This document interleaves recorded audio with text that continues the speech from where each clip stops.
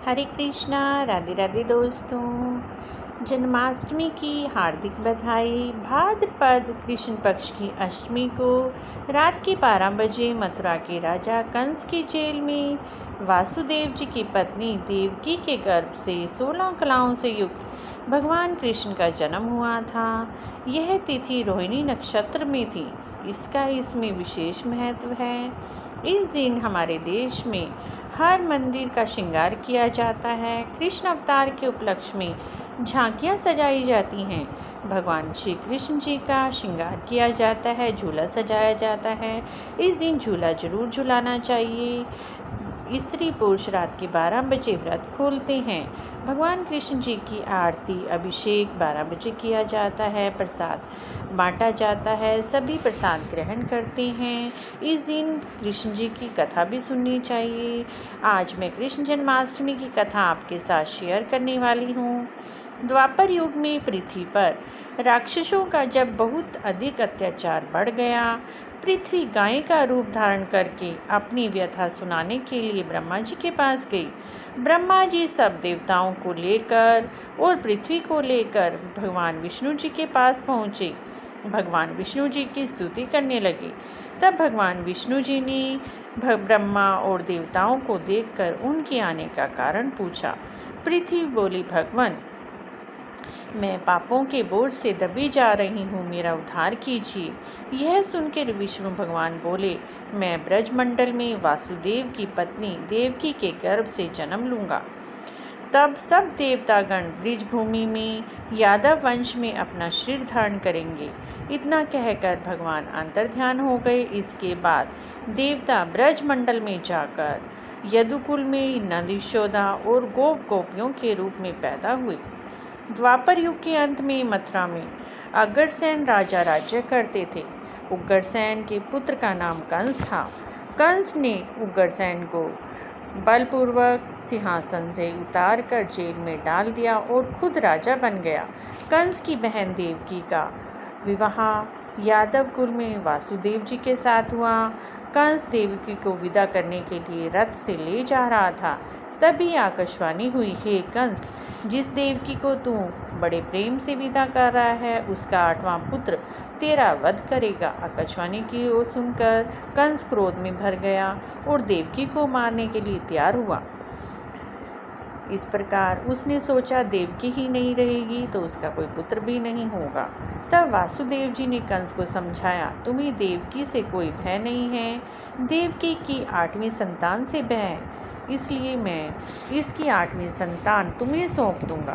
तुम्हारी समझ में जो आए उसके साथ वैसा व्यवहार करना। कंस ने वासुदेव जी की बात को मान लिया और तभी वासुदेव जी और देवकी को कारागार में बंद कर दिया। तभी नारद जी वहां आ पहुंचे और कंस से बोले, यह कैसे पता चलेगा 8वां गर्भ कौन सा है, गिनती प्रथम से हो या अंतिम से, यह कुछ नहीं पता। कंस ने नारद के परामर्श के अनुसार देवकी के गर्भ से उत्पन्न हुए सभी बच्चों को मार डाला। एक एक करके कंस ने देवकी के 7 बालकों को मार डाला। तभी भाद्रपद के कृष्ण पक्ष की अष्टमी को रोहिणी नक्षत्र में भगवान श्री कृष्ण जी का जन्म हुआ। उनके जन्म लेते ही जेल की कोठरी में प्रकाश फैल गया।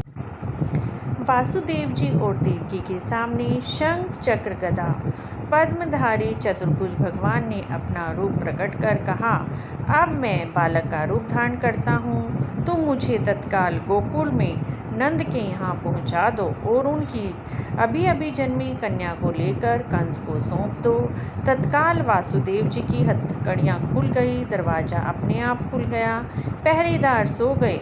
वासुदेव जी कृष्ण को सूप में रखकर गोकुल को ले चले। रास्ते में यमुना श्री कृष्ण जी के चरणों को स्पर्श करने के लिए बढ़ी। भगवान ने अपने पैर लटका दिए। चरण छूने के बाद यमुना जी अपने आप घट गई।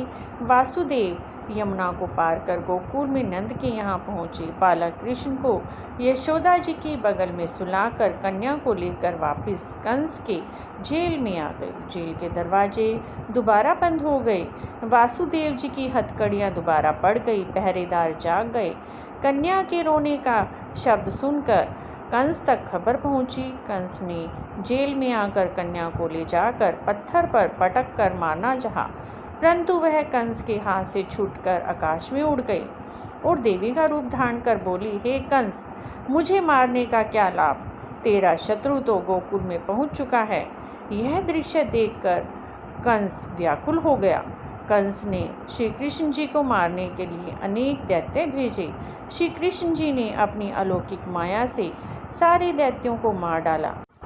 उसके बाद भगवान श्री कृष्ण जी ने अपने मामा कंस का वध किया और अपने नाना जी को गद्दी पर बिठाया।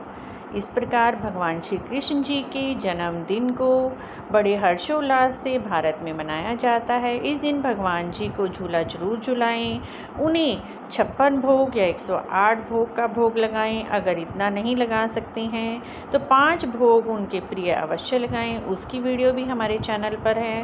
तो इस प्रकार मित्रों, भगवान श्री कृष्ण जी के जन्म दिवस पर भगवान श्री कृष्ण जी की यह कथा जरूर सुने और इस कथा को कहते सुनते हुंकारा भरते सबकी मनोकामनाएं भगवान श्री कृष्ण जी जल्द ही पूरा करते हैं। अगर आपको यह वीडियो अच्छी लगी है तो प्लीज़ चैनल को जरूर सब्सक्राइब करें।